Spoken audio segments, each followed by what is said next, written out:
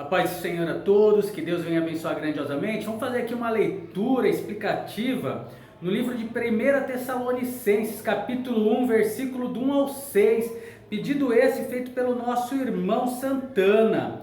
E diz assim a palavra do Senhor: Paulo e Silvano e Timóteo, a igreja dos Tessalonicenses, em Deus o Pai e no Senhor Jesus Cristo, graça e paz tenhais de Deus, nosso Pai e do Senhor Jesus Cristo. Nós sabemos que Paulo sempre começa as suas cartas dando graça e paz àqueles a quem escreve, e que o Senhor possa estar intercedendo e cuidando desse povo. E continuando, fala assim, aqui o tema: o sucesso do Evangelho em Tessalônica e a fidelidade daquela igreja. Sempre damos graças a Deus por vós todos, fazendo menção de vós em nossas orações. O que Paulo está dizendo? Que ele agradece a Deus, que ele agradece ao Senhor para que o evangelho que ele levou até o povo de Tessalônica ter entrado através do Espírito Santo no coração de cada um desse povo, e que eles se entregaram totalmente ao evangelho, dando frutos, trazendo alegria a Paulo como seu pai na fé. Lembrando-nos sem cessar da obra da vossa fé, do trabalho, da caridade, da paciência, da esperança em nosso Senhor Jesus Cristo, diante de nosso Deus e Pai. Ele está dizendo que estava tendo obras, estava não somente a fé na obra concluída da cruz do Calvário, mas também a esta fé através do Espírito Santo, gerando o que? Obras diante do Senhor para com aqueles que estava sendo levado ao Evangelho. Porque o Evangelho, quando é levado para mim e para você, não é para nós guardarmos, é para nós multiplicarmos, levarmos aos nossos familiares, levarmos aos nossos vizinhos, levarmos àqueles que trabalham conosco, não no horário de trabalho, porque ali somos pagos para trabalhar, mas no intervalo, na ida para o trabalho, na volta do trabalho, e também dando testemunho dentro do nosso dia. O que acontece? Tem muitos, eu falo até dentro da minha própria família, eu tive ali pessoas da minha família, até que já não está entre nós, que era pastor, que era líder do círculo da oração das irmãs, aonde tudo era pecado. Tudo não podia calça, não podia bermuda, não podia ouvir música mundana, não podia tudo.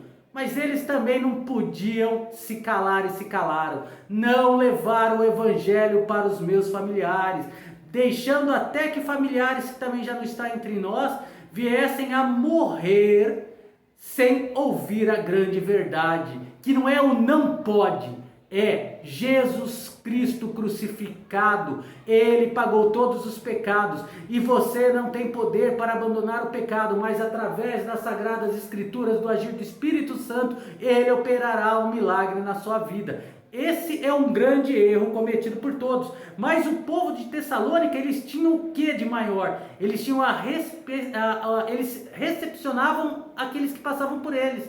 Eles acolhiam muito bem em seus lares. Eles cuidavam bem para que aqueles que estavam passando pregando o evangelho também pudessem os alimentar, e não somente esses, mas outros mais.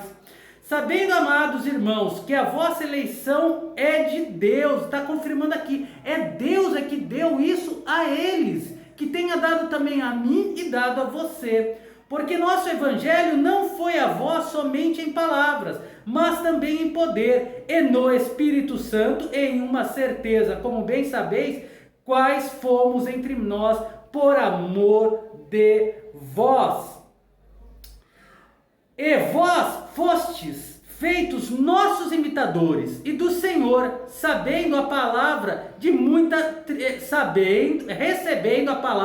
em muita tribulação, com gozo no Espírito Santo. O que quer dizer? Que o crente, quando recebe a palavra do Senhor, independente da tribulação, da perseguição que ele esteja passando, que vem sobre a vida dele, por amor à obra de Cristo, ele tem que ter gozo, ele tem que ter alegria, ele tem que ter perseverança, esperança, fé em Jesus Cristo da obra da cruz, para continuar levando o evangelho, deixando com que Deus cuide do meu e do seu problema. Temos que dormir em paz, sabendo que o dia de amanhã não pertence a nós, mas ao Senhor.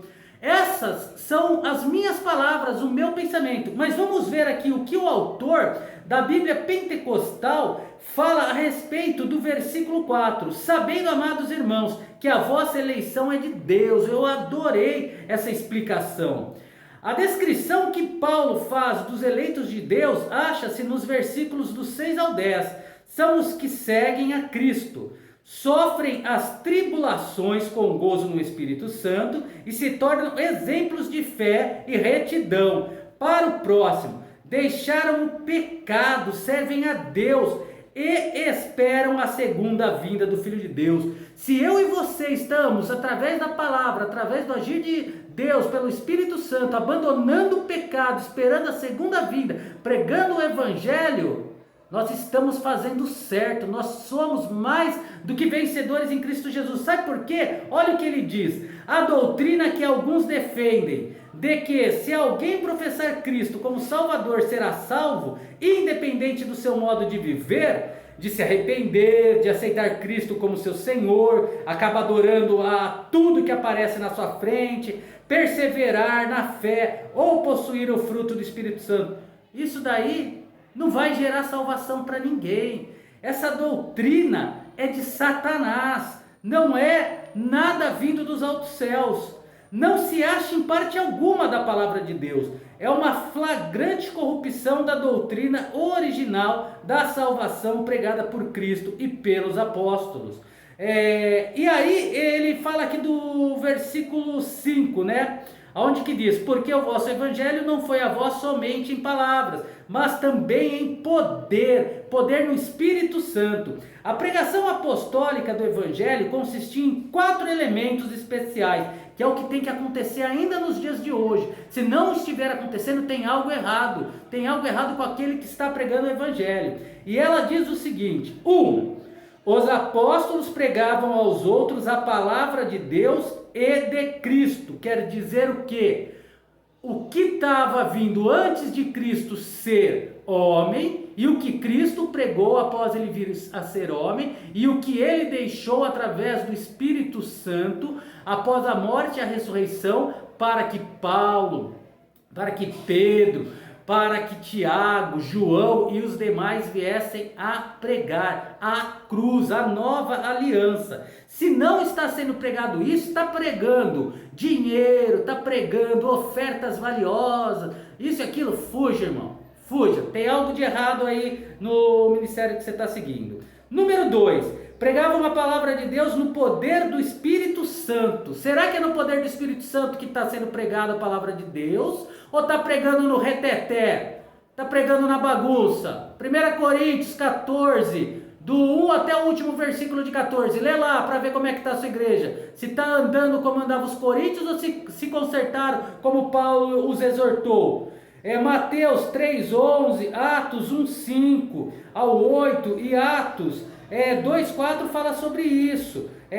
Pregar direcionados pelo poder do Espírito Santo. Esse poder resultava na convicção do pecado. Se não estiver pregando para te alertar, para te revelar o pecado, está acontecendo algo errado. Na libertação da escravidão de Satanás e na operação de milagres e curas. Atos 4,30, 1 Coríntios 2,4. Sabe o que é você ser escravo de Satanás? Algo gravíssimo que o povo pensa que é de Deus, é continuar vivendo pela lei, é querer viver pela lei. Sabe por quê? Porque o que mais querem usar da lei é o dízimo, querem encher os seus bolsos de dinheiro, e aí usam a lei. A lei foi cumprida na cruz, não devemos mais viver pela lei. Um bom exemplo disso, e tem vários. Tiago 2, 10, 11, leia lá, irmãos, não deixe de procurar nas Sagradas Escrituras.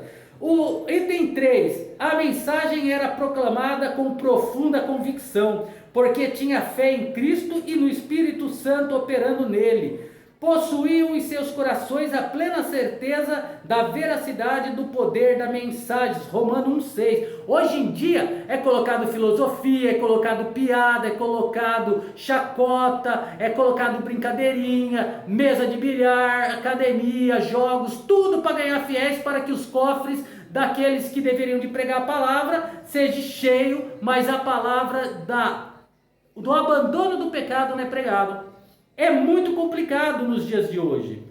E 4, para finalizar, aqueles que criam na mensagem obedeciam a palavra e a praticavam, eram santos e justos diante de todos. Sem esses 4 elementos para acompanhar a proclamação do Evangelho, a plena redenção em Cristo não será experimentada nas igrejas.